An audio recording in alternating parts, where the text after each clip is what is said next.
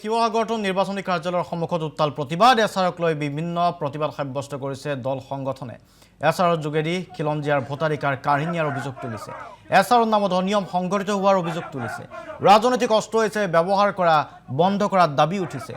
অসম ছাত্ৰ যুৱ সন্মিলনী সদৌ অসম অনুসূচিত জাতি ছাত্ৰ সন্থা সদৌ অসম কোচ ৰাজবংশী ছাত্ৰ সন্থা আৰু বৃহত্তৰ অসমীয়া যুৱ মঞ্চৰ প্ৰতিবাদী কাৰ্যসূচী ৰূপায়ণ বিশেষ সংশোধনী মানেই খিলঞ্জীয়া মুছলমান ভোট কৰ্তন আৰু অনা অসমীয়া পৰিভ্ৰমী ভোটাৰক অন্তৰ্ভুক্তিৰ বিৰোধিতা কৰিছে নিৰ্বাচনী আয়োগক ৰাজনৈতিক অস্ত্ৰ হিচাপে ব্যৱহাৰ কৰা বন্ধ কৰাৰ দাবী উঠিছে শুদ্ধ ভোটাৰ তালিকা প্ৰস্তুত হোৱাত বা শুদ্ধ ভোটাৰ তালিকা হোৱাত কাৰো আপত্তি নাই কাৰো বিৰোধো নাই কিন্তু সেই শুদ্ধ ভোটাৰ তালিকাৰ নামত খিলঞ্জীয়া মুছলমানৰ ভোট কৰ্তনক নুবুজায় সেই শুদ্ধ ভোটাৰ তালিকাৰ নামত পৰিভ্ৰমী অনা অসমীয়া ভোটাৰক ভোটাৰ তালিকাত অন্তৰ্ভুক্তি নুবুজায়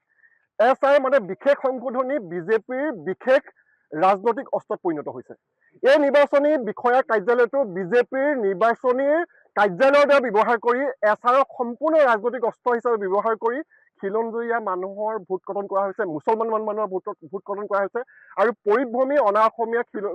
অসমীয়া লোকক ভোটাৰ তালিকাত অন্তৰ্ভুক্ত কৰা হৈছে এই কথাটো কোনোদিনে গ্ৰহণযোগ্য নহয় এটা কথা স্পষ্ট ইয়াতকৈ আৰু দুখৰ বিষয় কেতিয়া হ'ব নোৱাৰে যে এখন দেশৰ গণতান্ত্ৰিক ব্যৱস্থাৰ মূল যিটো স্তম্ভ গণতান্ত্ৰিক ব্যৱস্থাটো বাহাল আছেনে তাৰ যিটো মাপকাঠি যাক নিৰ্ধাৰণ কৰা হৈ আহিছে নিৰ্বাচন আয়োগৰ নিৰপেক্ষতা নিৰ্বাচন আয়োগৰ স্বতন্ত্ৰতা যেনেকৈ সংবাদ মাধ্যমৰ স্বতন্ত্ৰতাক বুজায় কিন্তু নিৰ্বাচন আয়োগৰ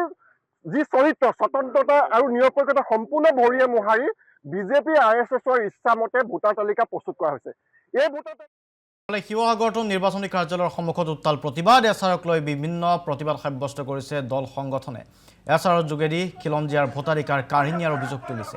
এছাৰৰ নামত অনিয়ম সংঘটিত হোৱাৰ অভিযোগ তুলিছে ৰাজনৈতিক অস্ত্ৰ হিচাপে ব্যৱহাৰ কৰা বন্ধ কৰাৰ দাবী উঠিছে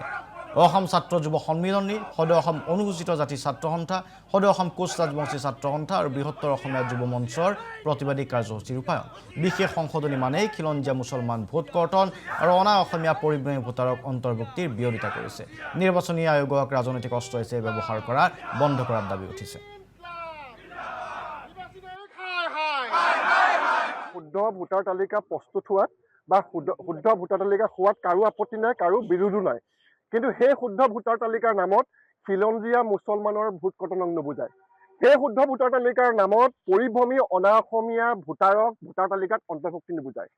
এছআই মানে বিশেষ সংশোধনী বিজেপিৰ বিশেষ ৰাজনৈতিক অস্ত্ৰত পৰিণত হৈছে এই নিৰ্বাচনী বিষয়া কাৰ্যালয়টো বিজেপিৰ নিৰ্বাচনী কাৰ্যালয়ৰ দ্বাৰা ব্যৱহাৰ কৰি এছআৰক সম্পূৰ্ণ ৰাজনৈতিক অস্ত্ৰ হিচাপে ব্যৱহাৰ কৰি খিলঞ্জীয়া মানুহৰ ভোট কৰ্তন কৰা হৈছে মুছলমান মানুহৰ ভোট কৰ্তন কৰা হৈছে আৰু পৰিভ্ৰমী অনা অসমীয়া লোকক ভোটাৰ তালিকাত অন্তৰ্ভুক্ত কৰা হৈছে এই কথাটো কোনোদিনে গ্ৰহণযোগ্য নহয় এটা কথা স্পষ্ট ইয়াতকৈ আৰু দুখৰ বিষয় কেতিয়া হ'ব নোৱাৰে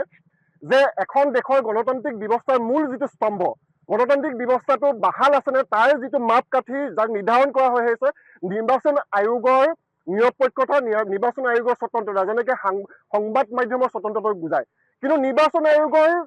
যি চৰিত্ৰ স্বতন্ত্ৰতা আৰু নিৰপেক্ষতা সম্পূৰ্ণ ভৰিয়ে মোহাৰি বিজেপি আৰএছএছৰ ইচ্ছামতে ভোটাৰ তালিকা প্ৰস্তুত কৰা হৈছে এই ভোটাৰ